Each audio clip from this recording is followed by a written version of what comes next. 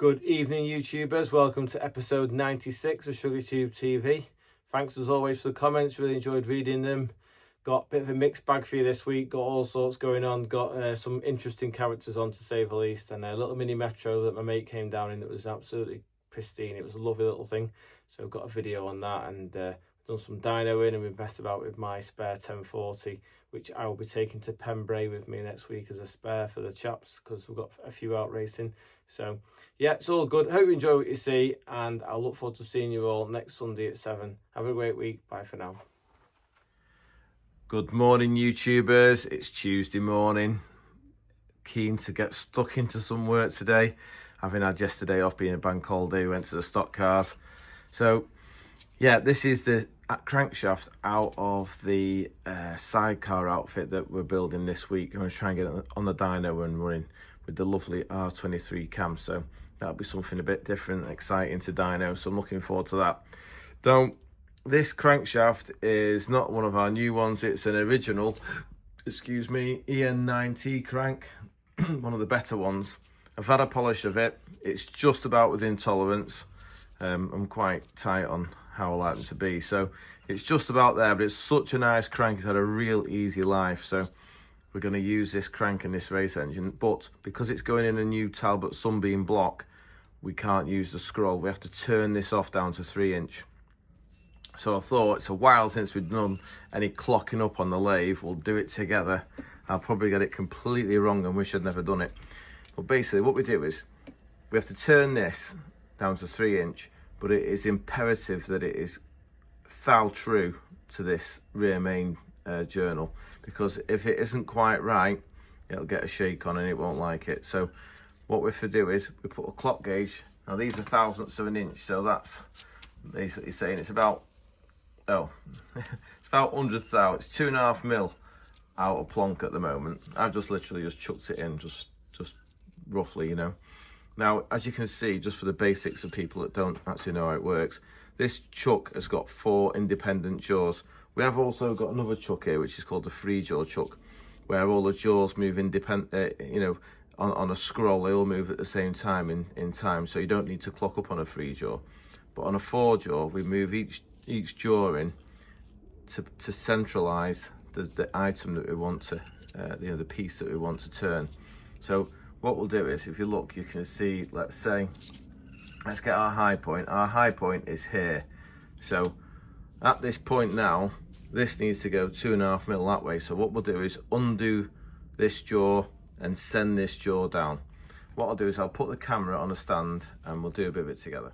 Right, okay, I hope this works out okay. We've got a bigger dial now on our DCI gauge, so it's a bit easier. So you can see that's our high point. So what I'm going to say is, this is our high point. So the opposite is this side. So I'm going to back it off a tiny bit, and then we're going to send it over, and we'll see if it is less. Right, so it's gone from 70 to 50 now. So it still needs to go more. So we'll stop there, opposite, back it off, a tiny smidge, not a lot. Surprise now, quickly it moves. Move that over. What have we got now? We're down to 40 now. So is it still the same place? Yep, it is. Back it off a bit more. Tighten it, chase it across with this one, so sending it back across that way. Right, we're down to 30 and the doorbell's rang. Have to just stop a second. Okay, let's continue with that. Sorry, that was just the door. So we're looking at 30 foul there. So we need to move that over again. Back this one off. Send it over with this one. Getting a bit closer now. So we're about 12 foul out of plonk. Back this one off. Just a smidge.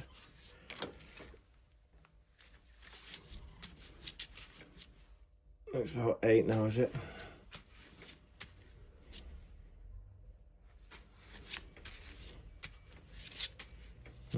Nine, didn't do much that, did it? Right. Back that off again. Send this one over. getting closer, much closer. So about 4th hour now. Starts to get a bit trickier now. Got enough preload on that.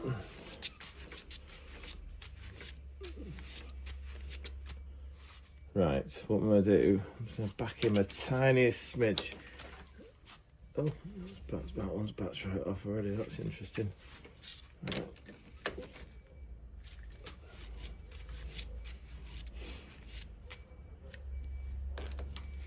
Right, what I'm going to do now is, rather than backing it off, because I'm so close, I'm just going to keep pushing with the side that is high, so as it puts more pressure on the actual job.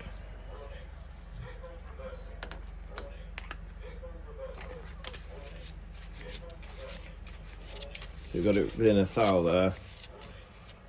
So send him over again there.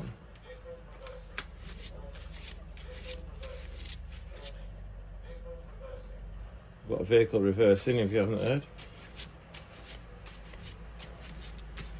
Right, it's pretty much bob on that, but I'm happy that I'll get a little bit closer. That's our high there. Oh, look at that, she's absolutely crack on. Perfect. Right, now we can get on with putting a tool in, and we'll machine this back to 3-inch.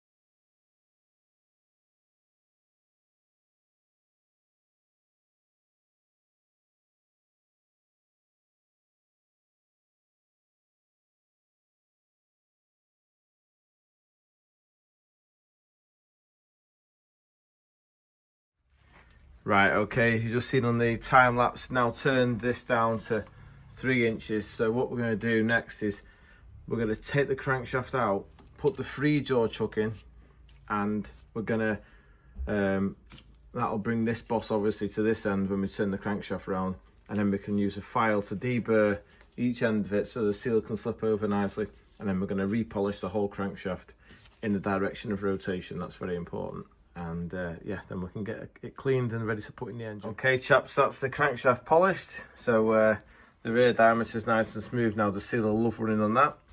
I just thought we'd do a quick chat while we were on the subject of chucks, obviously, before we used the 4-jaw chuck. So I had 4 of these working independently with their own worm, so we could get the crank centralised. This is a different cookie. This is called a 3-jaw chuck. I do apologise for the engineers that are watching this.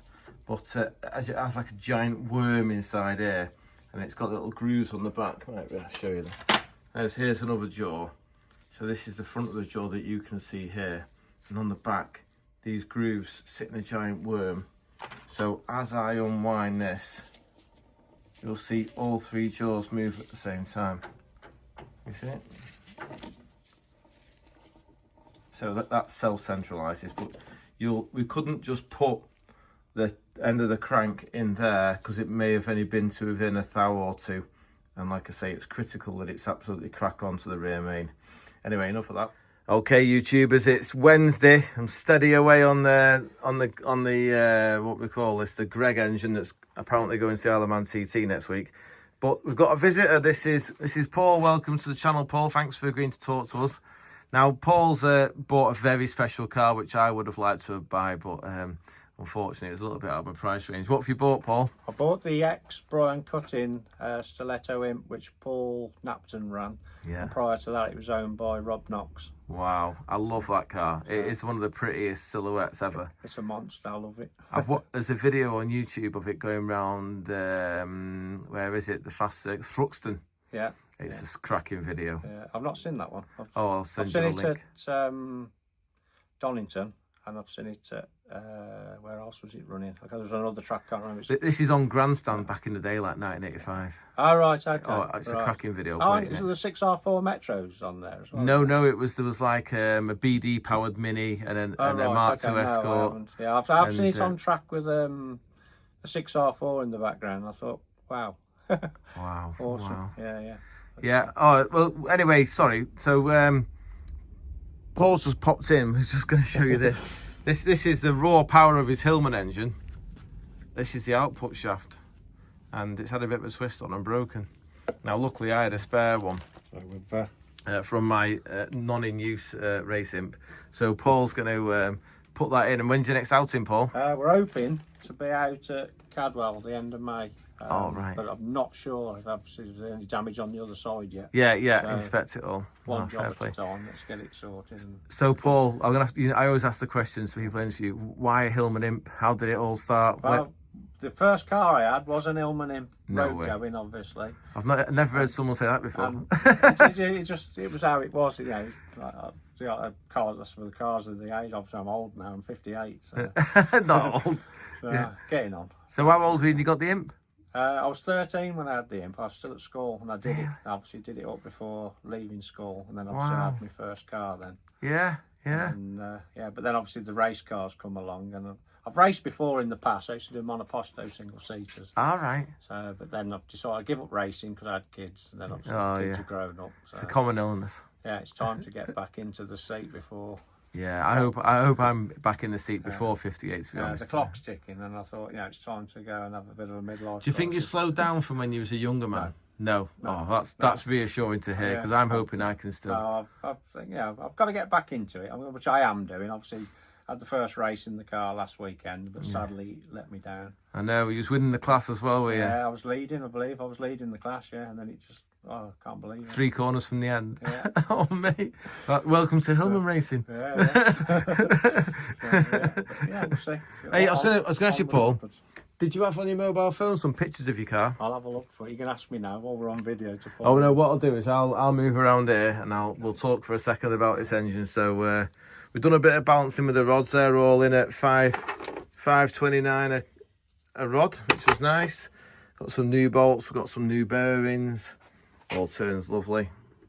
So that's the new 930 block. This is that wild R23 cam that I'm looking forward to running. Obviously we're running the Maynard piston with a small intruder, just because the piston's popped out the top at top dead centre. It's totally standard rods, never touch the rods, leave them completely standard, just put a decent set of ARP bolts in them. What else have we got to talk about while you find the picture? It's all honed. Head's ready. The head's behind me here. There you go. Oh, here we are. Is that you? That's me. Back at the other day, yeah. Back in the day. Let me see if I can zoom in a bit better. Wow. What year was that one? My first imp was white as well. I was 13, so I can't maths are no good. And then we took the latest picture because I thought, I've got to do it. Got the race car. Awesome, mate. That is an absolute machine. Brilliant. Oh, wonderful. Well, thanks for agreeing to talk to us on Shrigleytube, Paul. Yeah. Well, hopefully you'll get yourself sorted for Cadwell. And then we'll have a catch up. And then hopefully brilliant. And then when I get to the new unit, you have to come and say hello to your pal. I will do, yeah. That'd be good. Belting. Yeah. Cheers, Paul. Thank you. Thanks.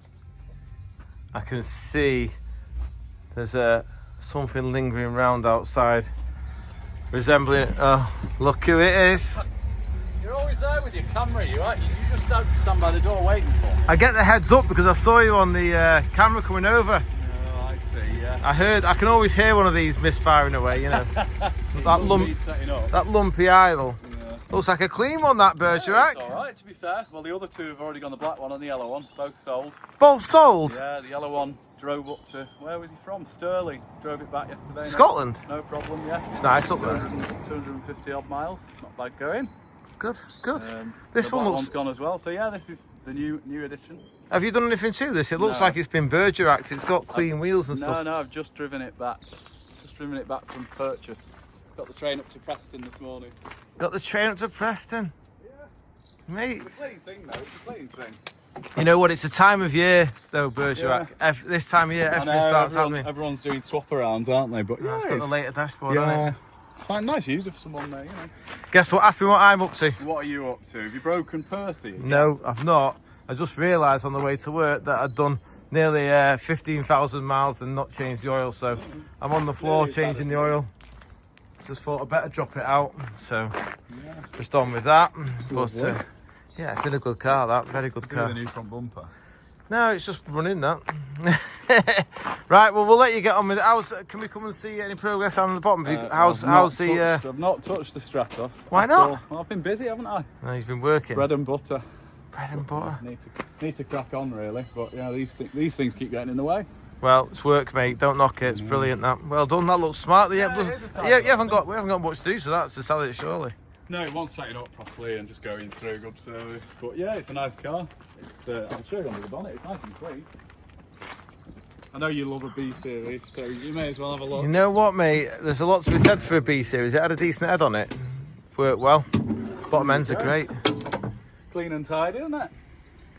Yeah, it's got the later HIF 44 carburetors. Yep. Do you like those over the earlier ones, or? I prefer the earlier ones, to be honest. Yeah, they've got that funny. I always say it wrong. They're called a biometric strip or something. Yeah. Bimetallic. Oh no, these don't actually. They don't have the auto choke. These don't have No, it has a in the bottom of the choke tube. It has like a temperature sensitive bimetallic. Bimetallic. And you're the engineer. Well, you went to the School of Music, not me. Yeah, it's a tidy car. It's even got the original. Oi! Oh, Look mate! at that, the original spare key. I love it. Steel Bergerat's car. Oh, that's brilliant. Right, thanks, chaps. That's brilliant. You're not getting involved, Bergerat. Phil has just come up with the perfect answer to my roof issue at work with the rats in it, and to more space. Hit me, Phil. Car parking. Car parking. So we're going to pull the 4-post ramp out the back, put it in front of the unit, and then we'll put a flat roof on the unit, and we can park all my Hillmans on the roof. All up top, in the sun. Oh my. The worrying thing is that you're being serious. Do you not think the landlord will let me get away with that? No. You know what though? Besides, you'll never know. Isn't it? It is a good idea. A very good idea. No, we won't be going that route. We're going to stick with the plan A and move.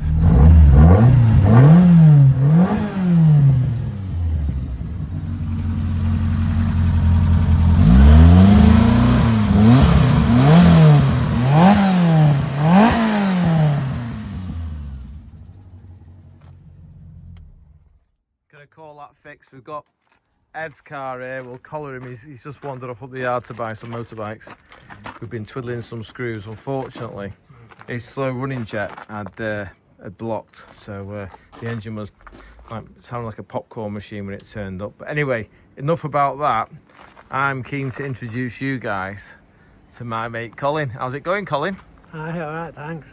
Now, me and Colin, we call Colin All Cars because he has had every car under the sun, haven't you, Col? Yeah. You like your classics. He's got an Imp, Yeah. but it needs a bit of restoration at the moment, doesn't it? It's a bit rusty. Yeah. But I first met Colin. Well, I'm 48 now. And how old were you when I met you? I tell you what, Colin's very good with numbers. Give me some dates, Colin. When did I meet you? 1994, January. January 94. Yeah. And we went to Simple, didn't we? What's that? That meeting. At the Noggin in Warrington. Yeah. I remember it well. And then we used to take turns going to the meeting every month, didn't we? My car, your car. That's it, yeah. That's when mine didn't break down. We both had Imps. Yours was an orange one then, wasn't it? Red. Oh, was it red? It was a late one. Yeah. Yeah. What have you got now? The Aquarius one. Aquarius, yeah. Turquoise metallic, yeah. Yeah, it's very nice, that one. Yeah. But you're down here because you've got a Citroen as well, haven't you? Yeah. With a, what's it got? A snap cam belt. Yeah. So one of the lads is going to fix it for you. That's right, yeah. Excellent. Excellent job. Yeah. So what's your favourite classic car of all time? Be careful here. Austin 1100. Colin. 1300. That was the wrong answer. The Imp. And the Imp. Oh, good lad. I actually started with the Imp. You've had a Moggy 1000 as well, haven't you? Yeah. What else have you had? Metros. That's not classic. Yeah. Modern. They didn't survive long enough to be a classic. Sorry, go on. They're classics now, yeah. They are probably, you're right, yeah. On the Civic 1.6 i16. Oh, that's not a classic, mate. That's a modern classic. A modern classic, okay. 1991. Yeah. No, well, thanks for chatting to us, Col. Anyway, it's good to see you in glorious St. Retford. Absolutely lovely here today. Beautiful. You're welcome, pal. Okay, YouTubers, thought I'd do a quick summary. This is the 1040 that's going to go in the sidecar outfit. That's his funny exhaust system. Obviously, it runs different to an Imp, so it kicks up at the back there. I'm not quite sure how it ends up on the bike, but yeah, apparently he lays over this thing, and the handlebars are here, and the front wheel's here. So yeah, I just noticed something I thought was quite novel. He had a problem with it over fueling with the carburetor. Basically, flat out, these foam filters were hitting the end of the trumpet and causing it to go rich. So he's fitted some springs inside. He said it cured the problem instantly. I thought, wow, that's very clever, that, novel. So yeah, this is the engine with the R23 cam in it. I'm really excited to get a tune out of it tomorrow and see how it runs. Should be a nice sweet one, this. That's the good news. The bad news is the guy's going testing on Friday, so he's going to be with me tomorrow at some point to collect the engine. So we're going to have to get in really early, get it running, get a couple of hours on it, and then we'll give it a wind up and hopefully it'll do the numbers and go out in the out tray. Good morning, YouTubers. It's Thursday morning. Stayed a bit late last night and got the engine bolted on the dyno. So I've come in this morning now that the glue's all set, because obviously it only went together yesterday. And put some oil in it, got oil pressure. We're going to try and start it together. Hopefully it'll be a first clicker, but we can always erase the video if it's not. Anyway, we'll put the electrics on. Oh, we need a fuel pump.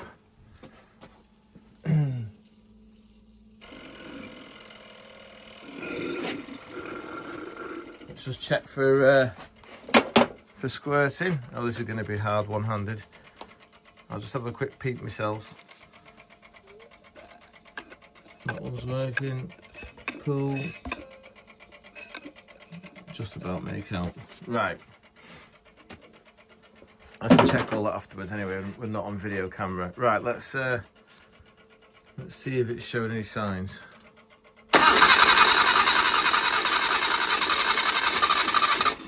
Oh, it's actually going to go, that. Just give it a smidge of advance.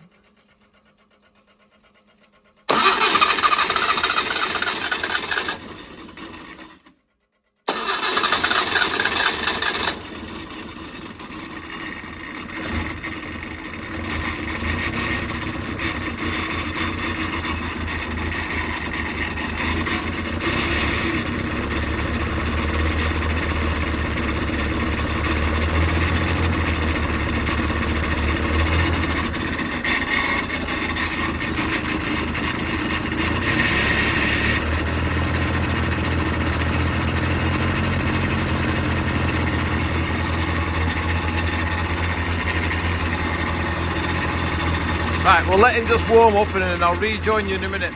Right, okay, I've come in here because it's a bit quieter where you can hear me speak, but I've just put the engine on dyno, obviously, fired him up. We're just going to let him idle. We've got the water going round. We'll let it all make friends for a bit, so it's all, you know, it can just break in gently, and then we'll put some gentle load on it and get a tune out of it. Now, obviously, back in the day, it was a bit of a controversial subject on how to run an engine in because of the chance of the boards glazing and things like that, but thanks to the modern braking oils that we don't have that issue anymore. So we can, you know, you used to have to run them in by putting under a bit of load. You couldn't let them just idle, it wasn't good for them, but nowadays it doesn't seem to be an issue. I personally like to let them just idle and just get up to full working temperature before they see any RPM. And we have been through this before, but one of the main reasons for that is if in the build there's been any chance that you've not seen a bit of muck and it's floating around in the engine, there's a best chance of the oil filter catching it at idle speed, because when you rev the engine, not all the oil goes through the oil filter. Some of it goes through the bypass system, as we've discussed before. The canister type filters like this one has a bypass valve in the housing, and if you're using like a spin-on filter, if you have a look in the bottom of it, you'll see there's a bypass valve, just a spring and a ball, you know, so that if the filter becomes blocked, the oil can still get through. Anyway, I'm loving listening to this little R23 cam just burbling away to itself. We'll put the fans on, get rid of the smoke, go and fit a throttle linkage, and then we'll stick some RPM on it in the next couple of hours, and I'll join you again on the dyno properly. Okay, YouTubers, a small problem. We dyno in the engine, just running it in gently, and there's a lot of smoke around, and I'm looking, I can see something pooling on top of the engine, and it was oil.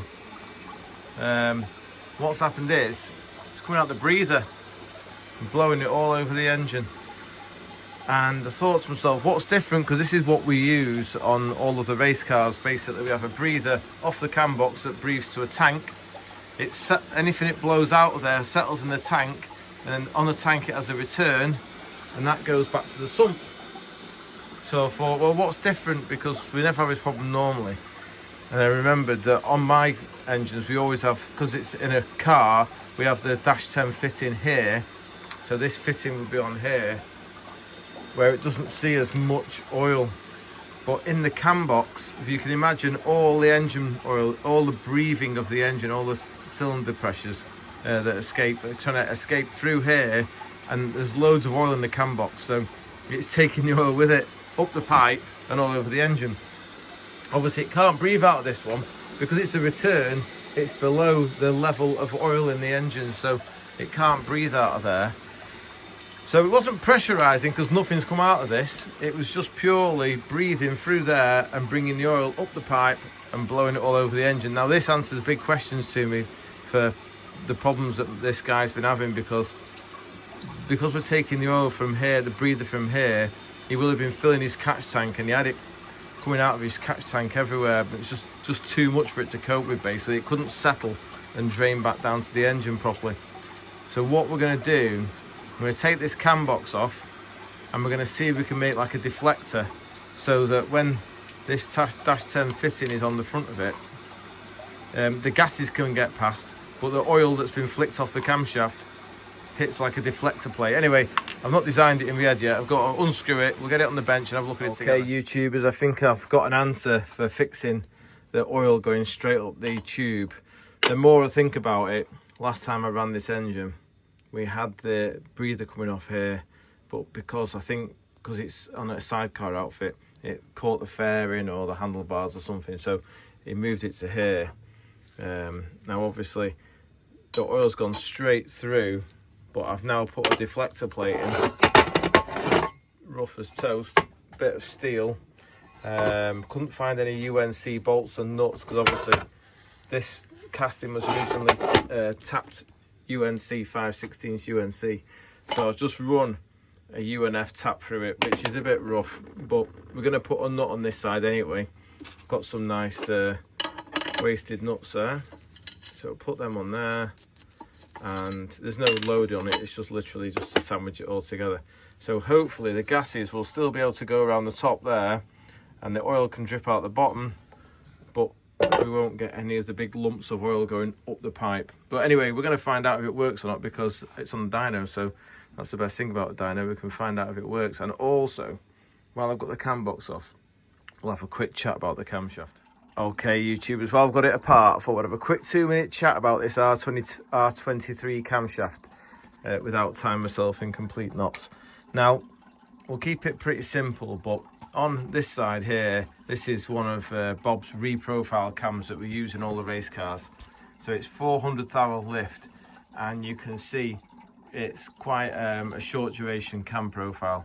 Whereas if we look at this lovely old R23 here, just look at the flat, the amount of duration on top of the cam, it's massive. Now, these cams, they work from sort of 6,000 onwards, which is why this cam seems to work better, because it works from 4.5. They both do similar peak horsepower because both got the same area. It's just that this cam goes about it a different way to this cam. So this one has only got 360 thou lift. This one's got 400. This one obviously stays open for longer. This one stays open for less time, less duration, but because the valve opens further, we still get a similar amount of area to get the air in, so it'll hang on the same and do the same horsepower at the top. Now, this cam really, I think, is too wild for the engine in the way we use them modern day style. When they used to run them to 9.5, 10,000 RPM, it was probably great, but because it only comes on at 6.5, and we're running them to 8.5 these days because we don't want to blow them up every 5 minutes, you can't really make full use of it. That's the best way of describing it. Now, this camshaft here, obviously once it gets to 8.5, it's pretty much done. 8.750, it's definitely still producing horsepower, but the torque's well past peak torque. Now, one of the things that makes the R23 camshaft work well is the compression ratio, because the valve's held open for so long and it's such a short stroke. Remember in the past we talked about a static compression ratio, which is when you work out the size of the chamber, and we do a little calculation, and in this one we've got 21.3 cc's at top dead center, which has given us 13.2 to 1. So that's got, oh, that sounds like really high, doesn't it? 13.2 is crazy. It's going to blow the wheel springs out of it and all that. But the actual cylinder pressures, because the amount of time that it takes for the inlet valve to close after bottom dead center, the actual dynamic compression ratio is still only about 9.5 to 1, maybe 9 and a bit. Now, if you ran 13 to 1 with this cam, it becomes quite an ignition sensitive engine, as in you struggle to get any advance into it because the cylinder pressures are so high. But with this old school R23 cam, I bet this thing will want 38-40 degrees of advance even at 13 to 1.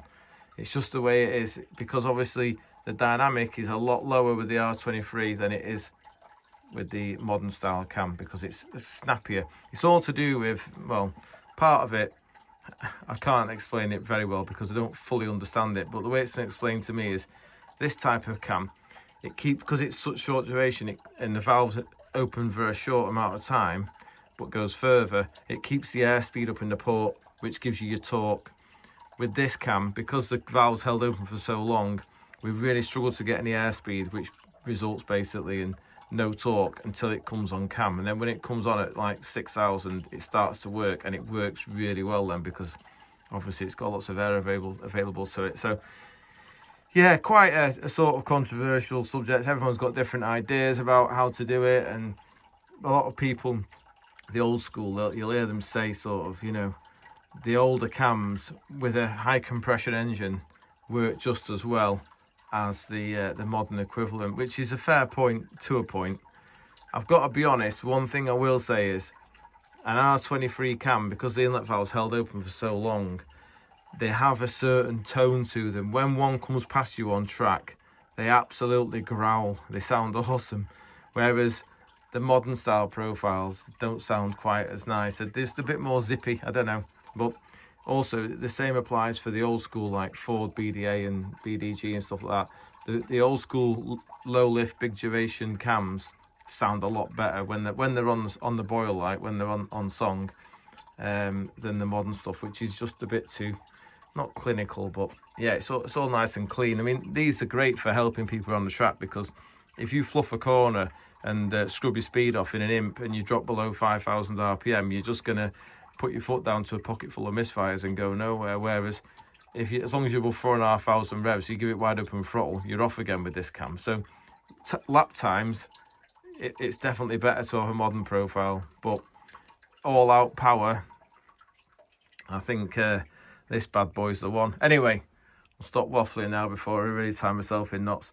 We'll get this back together. I've just cleaned the cam box, got all the bits of swarf out of it, airlined it all. So we'll get that back on, and I'll join you again on the dyno shortly.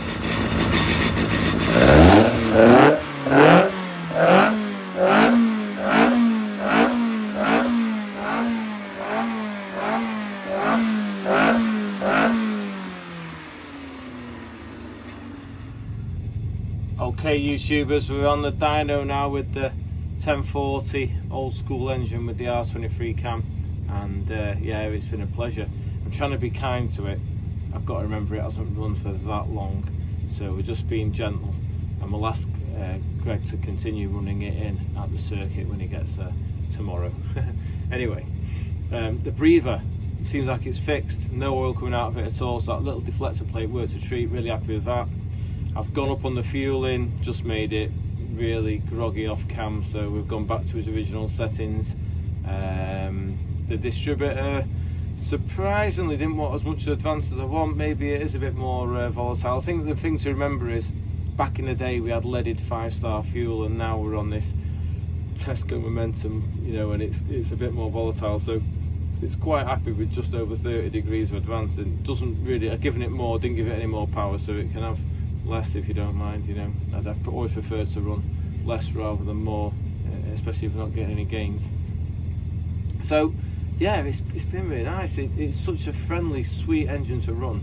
You have to wring its neck a bit to get it before you can load the dyno up, because it won't take any load below sort of 5.5. Just does that, which is nothing.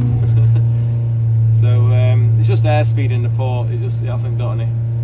But once it gets to 5.5, I've seen some quite good torque figures out there. A little bit messy there, I don't know what it is. It feels like electrical.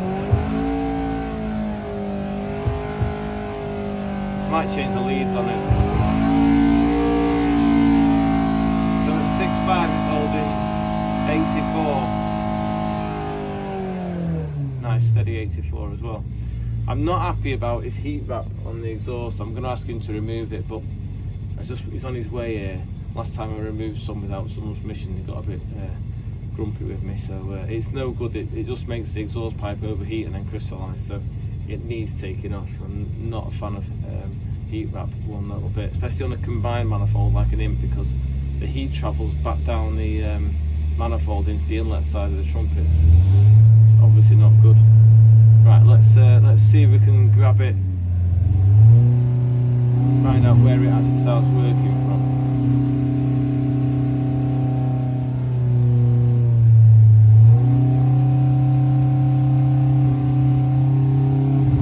Come on. Right, it's friendly at 5 there. Loading the dyno up now. It just falls off. Yeah, it's just going to be useless till it gets to 6, isn't it? Let it go to 7.5.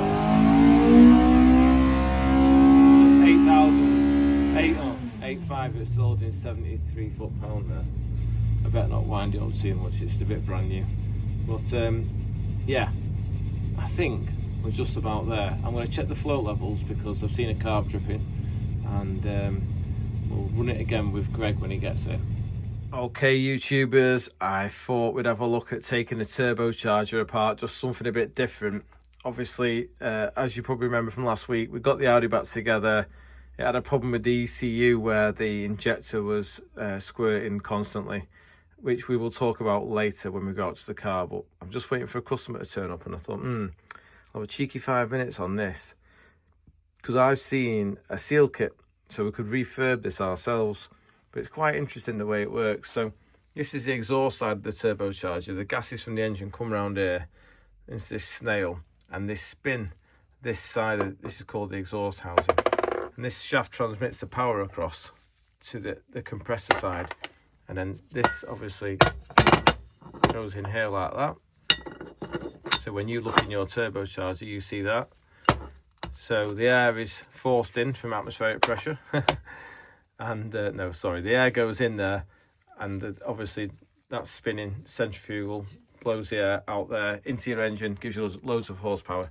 Right, so this is the business end. This is where it all takes place, the control of the shaft. So there's 2 bronze bearings, there's one there and there's one at the other side. If you look on here, you can see tide marks where they've been running, and the high pressure oil comes in from the top. We'll take the bearings out in a minute, but at the moment, what I can see is this is called a thrust washer, because what you've got to think is every time you come on and off the power, because it's the like curl like a helical gear almost, there's end flow, there's end thrust trying to push the shaft backwards and forwards, so we have to have a way of controlling it. So there's a series of washers that sit here. You see where the tide mark is, the high pressure oil comes in there, feeds the back of that, comes out of those holes, then all of this goes on top like this, a little spacer in the middle there, and there's this part, and I think that little tin tray deflects the oil back into the oil drain. That's the return oil drain back to the sump. So all that bolts through, and as it's all sandwiched together, that's what creates the thrust bearing. So that's all relatively straightforward. We need some very, very thin circlip pliers next. We'll get the bearings out, and then we'll get them measured, and we'll order a new kit to put inside. And we'll do that together once it's all clean. and then hopefully that'll give us like a brand new turbo to put on the engine. Okay, YouTubers, managed to get those little circlips out to reveal the bearings. Now, these are the bronze bearings that, let me see if I can zoom in. Can you see how it works? It has a groove that lines up with an oil hole in the casting, and the oil floats around that groove, and then those tiny holes float the shaft on the oil. Now, they don't even feel bad, these, to be honest, now that it's all apart. They feel fine, but it's obviously wear in the shaft as well. What we'll do is we'll measure it all up, order some new bearings, some new seals, and get it back together. Incidentally, the way that this is all put together as an assembly is all balanced. So what we're going to do is we're going to try and put it back together. I've etched everything up so that when we put it back together, it'll all line up as an assembly, exactly as it was balanced in the factory. And fingers crossed it'll work. Okay, YouTubers, I'm just here with Greg. Greg's agreed to talk to us. We just thought we'd better. I said, bring your roll cooler along because we'll make sure there's no nasties in there. So this is like a heat exchange unit. The cold water from the radiator goes down the centre and through these little holes in the outside. And then the oil comes in here on this fitting, this -10 fitting. And it goes around the outside. So the cooler goes together like that. We couldn't get it apart a minute ago. It was jammed up with cack. But anyway, the point of that is you can see how it works now. This is like it's like we've been digging for gold, isn't it, Greg? It is. We can see bits of plenty of shale in there. Yeah, a bit of bronze in there. Yeah. So yeah, so it was a good job. We knew we were going to do it anyway. But Greg's what we call a brave racing driver. Your car's only got 3 wheels, hasn't it? Yep, it's called a sidecar, and it's one of your engines. It's the Hillman Imp 1040 engine. Just had it rebuilt, and it's going to Isle of Man on Friday. Wow. For the Isle of Man TT Pre Classic, and I'm hoping it's going to get round and do the business for us and really put us on the podium. So yeah, I think it sounds good, it feels right, and it's going to be right. I know that for sure. We know you can jockey it, don't we? Yeah, I like to think I do all right. You're not shy of You twisting race the on the right bikes hand. as well, do you? Yeah, I'm racing in TT this year for my 33rd consecutive year. Wow. And hopefully, if we can get in top 10 or even higher, that'd be fantastic. And that's on the modern bikes. This is the classic bike, but that's on the modern bikes with the CBR Hondas, Wow. which sits at What's 16,000. the top speed that goes at? They'll be around 155, 160 mile an hour. Jeez. For an hour at the TT, 113 miles on the roads. So, yep, looking forward to that, and hopefully we all have a good TT, you know. You know, I told you I bought a motorbike. I bought the VFR. One of the reasons I bought the VFR is because a load of my mates, they've all got motorbikes, and they go every year to watch, and they love it. They absolutely love it. So does that mean you're coming next year then? Well, I've got to pass my test yet, but we've got a few other things I've got to do first. But I'm going to do my bike test, because where the new Brilliant. unit is next to Bob's, there's a bike test centre around the corner. It's got to be done then, hasn't it? I'll be able to filter it in without the wife finding out. That's it. Brill. Good stuff. Right, well, you've obviously seen Greg's engine on Dynos. We've been running it. We're going to clean this cooler up and get it bolted on. And then, Greg's very kindly said, because we've established we're both on WhatsApp, when he's at the Isle of Man next week, if he gets 5 minutes, he'll do a bit of a walk and talk around the bike, which would be amazing, because they're quite an outfit, these things, aren't they? They're quite a special thing. Oh, yeah, they are a special thing. And they're going to be running at my sidecar school as well, so people can learn. So if anybody wants to learn to be in a sidecar and to have a day at the sidecar, just go on to Greg Lambert Racing, and you can see all about the school, and you can actually come and have a go in a sidecar for the day and experience exactly what we're talking about and what we're going to YouTube to you over the next 2 weeks at the Isle of Man TT, because I won't only just do the Hillman Imp for the Classic, I'll send Andy some of the modern Formula 2 as well, of the actual TT races. So, if anybody wants to be involved, just get in touch with Greg Lambert Racing. It'd be good. Get a camera on the Imp. Yep, absolutely. We've got one. We had one last year, Oh, did you? so we will do some footage for you this year, and we'll send it to you. It might take a bit of time to upload and everything, but if we get in the future, I do a show every Sunday at 7, so it'd be amazing if you could get us something. Yeah, we'll try our best to do that, definitely. Excellent. Well, I had one last thing to say to you. Oh, yeah, if people are interested in checking out sidecar racing, what part of the world are you in? North Yorkshire. North Yorkshire, right, yeah. So you're up north. The middle of the country. Right. And there's people coming from all over the country to do the school. And I can assure you, you'll go away smiling. There's nobody that hasn't, and it's a brilliant day. It's a one-off. I'm the only person in the country doing an actual cycle have you got a track stroll. on site, have you? We hire a track, yeah. Right. It's all hired, yeah. Right. You're fully insured the whole day. You go for lunch and everything else. It's just a brilliant day. If you ever have dreamt of going into a sidecar, that's the school to go to, without a shadow of a doubt. I'll have a go in an imp-powered one. I'm going to get you in it. Now you've said No. you're going to get in this in. Well, I'll tell you one now we're thing, doing Greg. this YouTube. We're going to have Andrew, watch this space, we're going to have Andrew in the sidecar going around my school when he moves his unit. I won't mind driving, but I'm definitely not getting in the back with you driving. Right, thanks, Greg. That's Smashing. brilliant. Cheers. Thank you.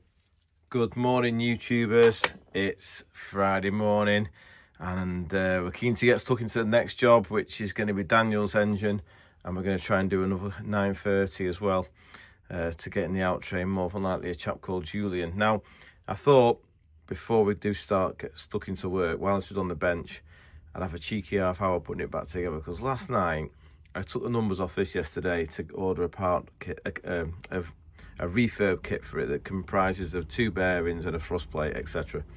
But when I had parts today, I cleaned it all up and I thought, you know what, there's not a lot wrong with this. This is the original turbocharger. Now this one, we've had a bit of a mix and match. This is the original one off another Audi that I had, which was P-Reg, and I found a date stamp on the back. So bear in mind, this turbo, 1997, does it say? Something 97, anyway. So that's the original turbo, and it's absolutely mint. The only thing I could pull it on, it didn't have any excessive play this way, but what it did have was it had a little bit of end float. So what I decided to do was I thought, I'll look at it and see how it works. So that's the thrust plate. Those oil holes there float this plate in here. Well, they don't float the plate, sorry. They float the 2 sides of the washer. And then what happens is, it has this little collar in the middle that slides along there. And the thickness of that collar dictates the amount of pinch, or not pinch, the amount of clearance, should I say, on the end float of the shaft. Because obviously the thinner that washer is, the closer this washer sits to, if you can see that washer, sits to that. So I'll just insert a video now. Okay, we're on the grinder and we've got the collar out of the turbocharger. I'll explain more in a minute. We're just going to have measured this and we're going to put 3 thou on as a cut to reduce the end float in the turbo and hopefully give it a second life.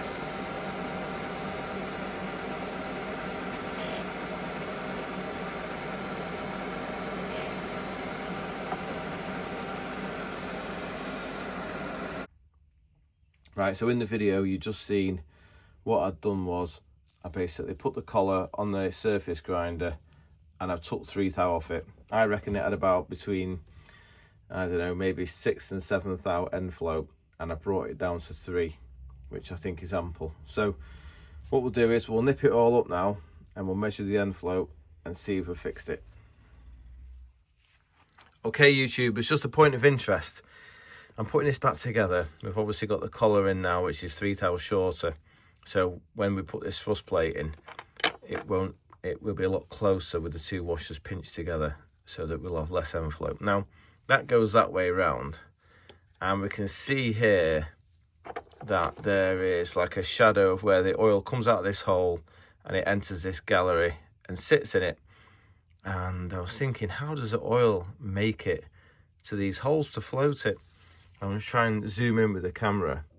It's only when I zoom in real close that you can see, that's an oil hole there. There's one there as well. You see that one as well? So the oil actually goes through this part of the bronze here into the centre of the hole, and then the oil floats the 2 washers so that nothing touches. So this has answered a big question to me, because quite often in the past I've seen garages local to me, you know, they've had a modern diesel turbo engine and it's had an issue with oil contamination, or, you know, the pickup pipe's blocked, or the pencil drives to the oil pump's broken, and they think, oh, I've got away with it, just put a new pickup pump on it, or pickup pipe, or a new oil pump, or whatever, and the engine runs fine, and 100 miles later the turbo fails And I was like, wonder why the turbo is so sensitive to, you know, lack of oil. But obviously now I can see if there's any contamination in the oil, that hole would just block easily. And then obviously the thrust can't be lubricated and the whole lot will go wrong very, very quickly. So yeah, fascinating. There you go. Okay, YouTubers, I'm having a bit of a pat on your back Andy session because I'm really pleased with that. It is absolutely crack on. We've got probably just under over a thou of end float. I can't actually measure it without forcing it with a screwdriver, but yeah, it's beautiful that. So we're going to call that fixed, and we're going to put it back on the car, but I can't put it on the car right now, although I do hope to get to it just before we finish today and just do a quick video about it, and then maybe tomorrow we'll try and slot it on. Is this the one that your dad's... Oh, This is one that blew up last week, 2 weeks ago. so your dad's rebuilt the engine? Sounds well. Is that dust or smoke? Wow, you've done a good job of that one. So Mildenhall bound. Oh. Good shot. Oh, is this the white one that I videoed 2 weeks ago? Yeah, possibly. Oh my god. What a stunning paint job, lads. What's this little chain for? Is it like jewellery? Is it like... Yeah, it's like proper bling. No, it's just when it's just to pull it out when you Oh, I see, you put the hook through it. Yeah, so when it's back on the wheel, you can just straight on. The engine's quite a way back. Is that part of the design, that? Yeah, it should be all right. Just to keep it safe, Yeah, in case you have a crash. I'd imagine they will be having a crash, but I'd imagine you will try be. not to. Hey, I'm a bit gutted, you know, about I'm not going. But yeah, too busy. Do I put a sticker on it? I've got no stickers left. Oh yeah, I'll get you a big sticker now. Get some stickers. 5 horsepower that. Yes. Right, okay chaps, quick update. At the end of last week's video, I finally understood what had gone wrong with the engine, and it all came to. Just hadn't twigged earlier, unfortunately. But anyway, the head's back on. We put the spare turbo on. It's got an ECU problem basically. So the ECU has got it fires electronic pulses to the injectors, and there's a high pressure fuel rail. So when the injector receives a pulse of electricity, it opens for that split second and fires the fuel into the engine. But when the ECU goes wrong, this number 5 injector was just injecting neat fuel all the time, which is why the engine kept on going down on the cylinder. But what happened was that because it had neat fuel going in, it filled the oil level up in the engine to such a point that the oil couldn't drain out the turbo, hence why we had oil in all the cylinders and everywhere. But dipstick here never checked the dipstick, and then when I realised the full picture came through, the sump was full of petrol. Anyway, we've lived and learned. So it's back together. I've been for a drive in it. I've been up the road. By the way, to make it work, what I had to do was snip the wire that was basically triggering the injector, and I've piggybacked it across from the cylinder next to it. So that is now pulsing rather than injecting constantly. So it's giving it the correct amount of fuel. It fires up and runs a treat, but when I went home in it, I got off the motorway, big puff of smoke came out the back, which means the turbo's knackered. So the turbo I put on it is knackered, hence why we've just done the work on the turbo in there. But it should fire up this. It just starts smoking. It's a lovely thing, really sweet.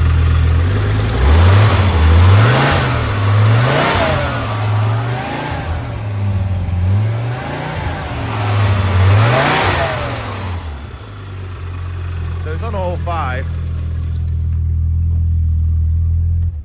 Obviously it's just smoking, so what we've got to do is take the servo off and change it, but I'm just a bit busy with work at the moment to do it. Maybe we'll get a chance on tomorrow, on Saturday, before Sunday night's video. Just up on the truck, the boys are loading up. We've got one down below, one on top. Look at them stickers. I've got to say though, fair play to him, this is definitely an end-of-life car. Look at the rot in that.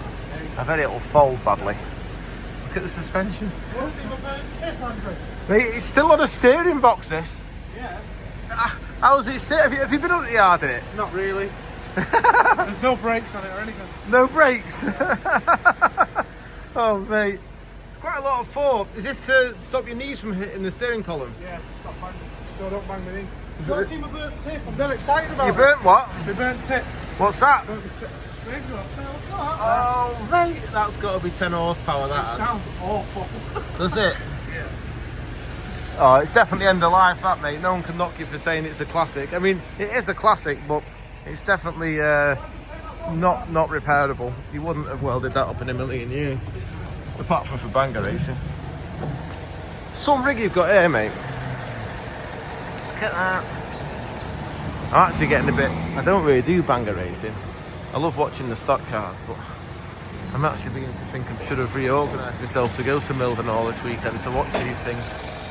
But maybe next year. Okay, YouTubers, it's Friday afternoon. It's cracking the flags here in St. Retford.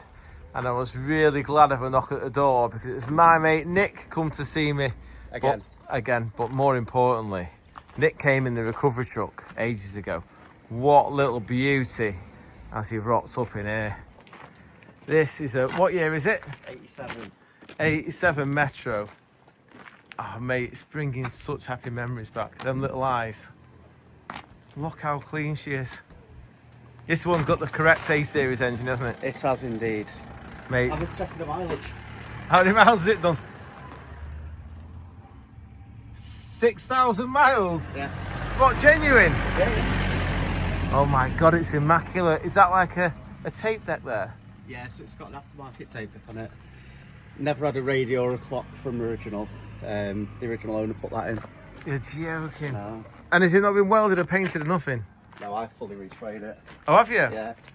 It's had a little bit of welding. Of course, it will have been. It will Yeah. have It's an had Austin front wings Rover. at 6. Yeah. Yeah, 6 months old. Yeah, I did driver's side front corner got done. Passenger wings been done. It's had a little bit. Oh, mate, I absolutely love it. Do you know when I was a kid, there's my mate Derek who lived on my road. His mum had a Form one of these, and they were new at the time, or newish.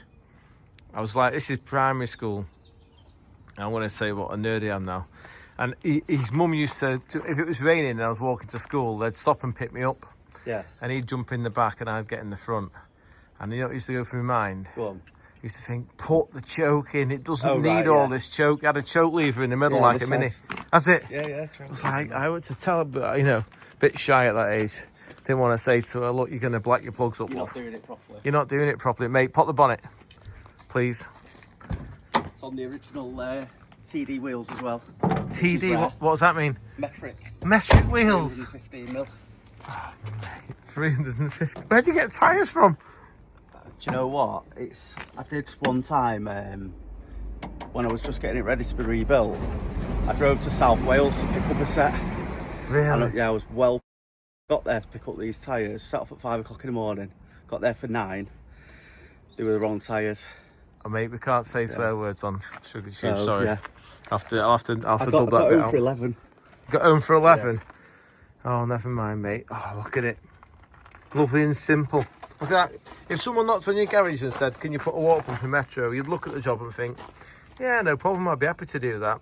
It will come in a modern car. Yeah. You'd just be like, you can't even see it. Dug at the bottom. Yeah, it'd be stuck under about 20 plastic panels with snapping little 10mm bolts that snap when you touch them. Or what I really hate on modern cars is when they put like a little M6 bolt in a belt cover and it has a little brass retainer nut cast into the plastic, and as soon as you touch it, it just spins. Yeah. And yeah, it's just like, what a load of rubbish. That's awesome. Anyway, mate, that's now just to send me fully back down memory lane. Is there any chance you can give us a little rev up? I just need to hear it. Oh, that's not a Chinese coil. Unfortunately so. Right, you have to get one of my Remax ones, that'll fail that. It won't start when it's up. Oh, give us another blip, mate, go on. Oh, mate. She is an absolute sweetie, isn't she? Look at that. I bet you wash your hands to get in this as well, don't you? No. Oh, no, I shouldn't. You know me, I'm not really like that. No. Well, mate, thank you very much for showing us around the car. It's an absolute treasure that. Look after it. And you don't actually sell things, do you? Me, no, never. Oh, here's a man who will appreciate that car, isn't it, Neil? I had a couple of them. Did you? Beauty, isn't she? Yeah, I wouldn't mind a Metro Turbo. Oh, you can eat your dinner out of it. Well, it depends what you're having for your dinner, doesn't it? Yeah, I'd eat my dinner out of that. Let me tell you. Chips and gravy. Top. I don't doubt that for a minute, mate. Right, thanks again, mate. No worries. Okay, YouTubers, I just rocked up at B&J Engineering to see my new unit next door, because apparently it's got some new window frames going in. And I just spotted this little superb little, not moped, it's like a little motorbike of Bob's. Little twin cylinder, cute little thing. But the real reason for the video is, this is son of Bob. This is Mark. Have we say hello, Mark? Hello everyone. Your kids watch this channel, don't they? All the time, Andrew. So this is Bob's son, Mark. Now, Mark's a proper engineer. He's got some posh kit as well. What is it? What's your business called, Mark? It's Design 79 Solutions. All right. And we supply 3D scanning and reverse engineering. Yeah, wicked. He's been doing some work on a imp gearbox for quite a while, but we've got to rejoin. When I'm near to you, we'll have another look at that and We will, yeah. see if we can finish scanning it and get something 3D printed. But in the meantime, you're just doing this for your dad, are you? So I'm just going to talk for a second. That machine obviously fires, what is it, like a laser or something? These are lasers, yeah. So it's basically capturing all the data on the screen, which is just millions of points. Wow. And then just relays it back to that, and that'll be like, so within a thou or something, that size on there, is it? It's around 50 microns. 50 microns. Wow. I might buy one of these. That's better, quite expensive though. It's great, isn't it? It's just like creating the image instantly. What are these golf balls for? These are just tracking balls, so the scanner needs to see around 4 targets at any one time. Oh, and then it reflects back, does it? And then that gives it helps it position itself. Wow, how long have you been doing this for? About 4 years. Oh yeah, are you busy with it? Reasonably busy, yeah. Good. And is it just like engine parts you do, or will you do anything? We do all sorts, so we can do up to the size of a full car. Really? Big industrial tools, obviously precision components. So yeah. I remember seeing a mini engine block actually at your house once. Yeah. We do a lot of engine parts as well. Yeah. Wow, that is absolutely brilliant, mate. Well, fair play to you. You're doing some aircraft as well, I was going to say. I've done some bits of aerospace stuff as well, yeah. But yeah, it's a real mix of different parts, plastic parts, precision machine parts, a real mix. Right, so what I'm thinking in my brain here now is, when I'm next door and you're on this site as well, why don't we like buy a machine and then you can scan an imp engine and then remake it for me on the machine? Can you turn that into a program and how to chew it out of Valley? This can be turned, at the minute, this is a scan data, so it's basically millions of points. Right. And then that goes into a reverse engineering software, and you would turn that into a true CAD model that you can then put into a CNC machine. Wow. So you've got the ability to do all that? Yeah, so that's basically what we do. Mate, you're going to regret saying that. Right, well, thanks for showing us about that. That's absolutely wicked. I've never actually seen it all in... obviously, you've told me loads about it, but I've never seen... It's picked up everything, even the radius on the corner of there. It's got everything on it. Well, if it's the 50, what do you say, 5 microns? 50 microns. 50 microns. Yeah. I don't even know what a micron is. I only work in thous and tenths of a thou. But it sounds like it's accurate anyway. Right, well, brilliant. Thanks, Mark. Okay, chaps, just to give you an idea, this is B&J Engineering next door to where I am. My new unit, look at that.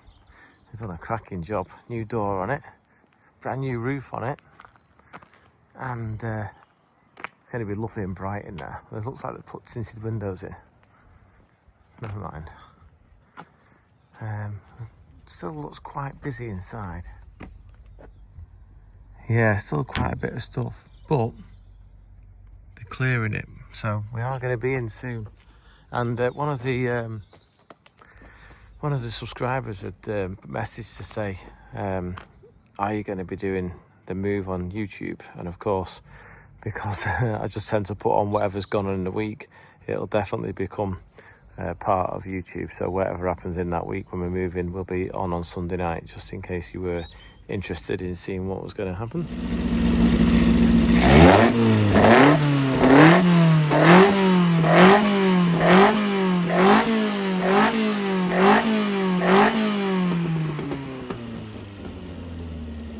Good afternoon, YouTubers. It's Saturday afternoon and I've had a bit of an Andy treat. I've been doing quite well with my work, getting on with next week's work, so I thought, right, what I'll do is I'll have a bit of a cheeky hour on the dyno and put my spare engine on. So this was the engine that I built right before Shrigleytube started in 2023, and it was listed as Brands Hatch Prep episodes 1 to 5. And I'll put a picture on now so you can see.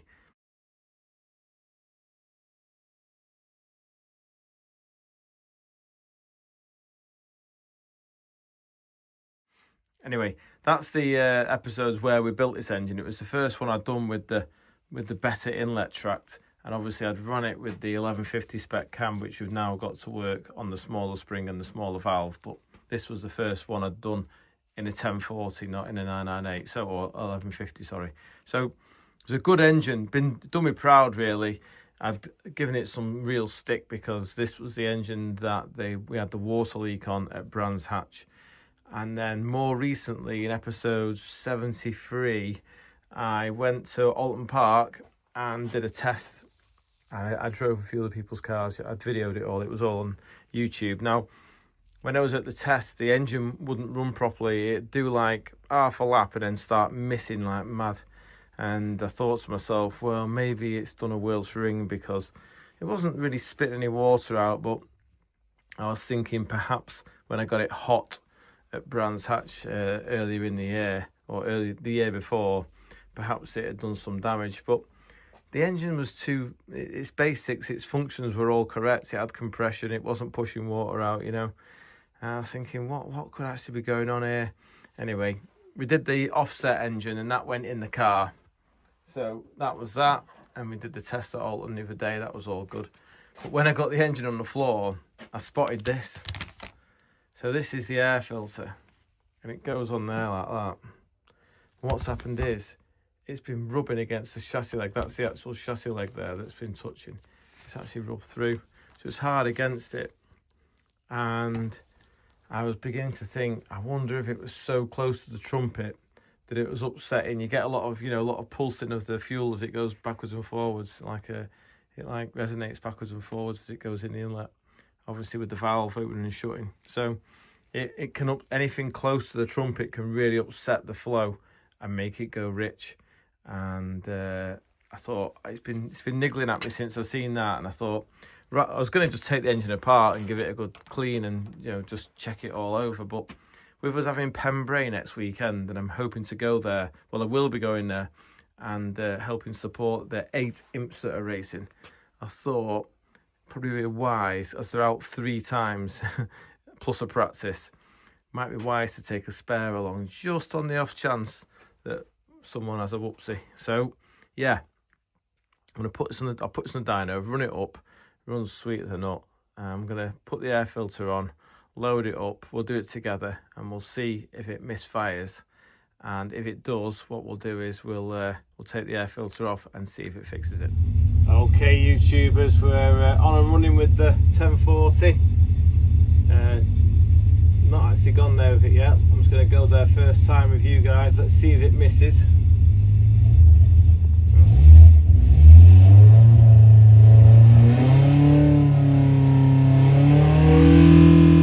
Oh, just my luck. Cleaning the whistle.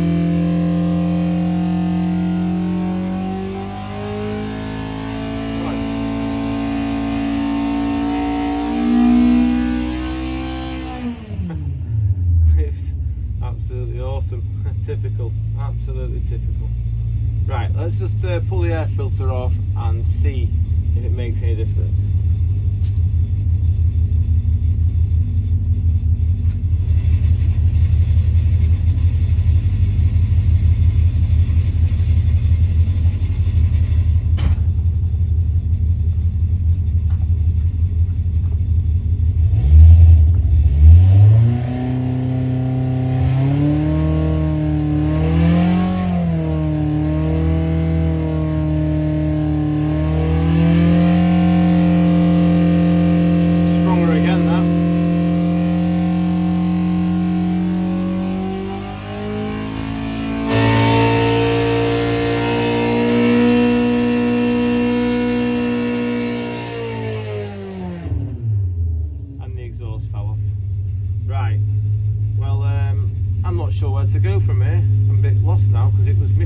off in the car.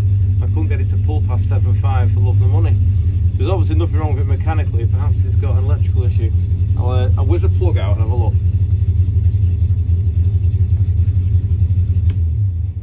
Right, well, that didn't go to plan, did it? I couldn't quite work out what was going on there, but it did the power, whether it had the air filter or not, so that is not the issue.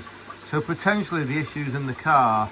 I just pulled the plugs out and I can see straight away that number 3 and 4 are considerably richer than 1 and 2. So that means that, well, assuming we're all in the same size jets, unless we've had a right mess up, but you can't see that, there's a chance that the float height is higher in this cylinder in this carburetor for whatever reason, because the height of the float, the fuel in the float level, dictates how rich it is. You can actually weaken an engine just by lowering the float level, because obviously the jet is sat in the fuel, so the higher the level of fuel in the chamber, the more fuel goes through the jet. So there's a chance that when we take the tops off now, we'll have one of them slightly higher than the other, and then that will explain why we've got the mismatch in plug colour. But we'll take them apart next and see what we see. Okay, chaps, got the tops of the carburetors off, and it's pretty obvious now, just looking, that there is a slight difference in float height. It's not massive. If you go off this radius here, we've got about 10 mil showing before the fuel on that one, and I'd say about 8 mil on that one, or 7 mil. Can you see the difference? So what I'm going to do is, I actually think that yeah, we'll make the rear carb the same as the front one, because they had a good colour, and then we'll run it again together and see if it's got any more GGs, because obviously if it's overfueling or on the verge of overfueling, I don't know, nothing else has changed, you see, so I'm really stuck as to why it had the misfire, but it felt like it was going rich, and obviously with that air filter being right across there, it's possible that it'll set it more in the car, you know, with the actual chassis rail being there. So all I can do at the moment is to raise that lower that float level to the same as that one, and we'll try it again, see if it gives it any more power. Okay, YouTubers, we've got the float levels set the same now, so we'll see what it's like at 5, see if it's any better.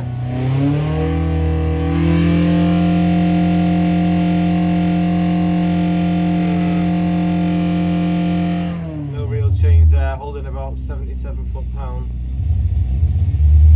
Go a bit higher.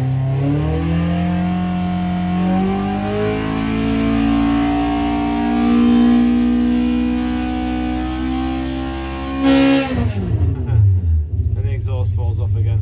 Yeah, it's holding pretty similar. Not made any massive improvements. We'll just try tweaking it, see if we can get even more out of it.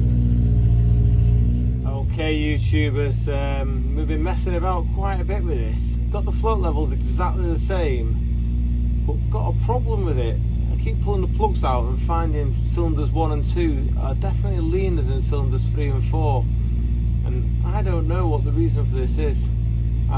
When I think back, you may or may not remember when I went to Mallory Park last year, and I had a fuel salvation issue coming out of Gerard's, and it melted pistons 1 and 2.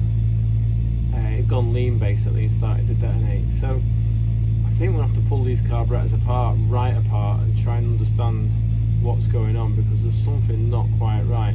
It is doing more power now, but I've got odd jets in it to make it do that, so we're gonna have to look at this properly. But the engine's fit. Unfortunately, the exhaust is not correct, because I've run out of 2-inch V-bands, so I've got to order some, and then we'll make the proper full-length exhaust for it and run it again later next week. But we'll go to 5,000 now.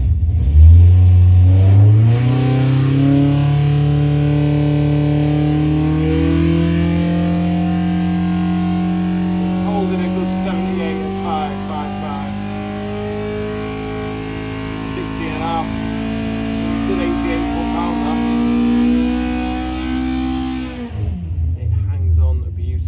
I saw 80 foot-pound there at 8. That's good numbers, that.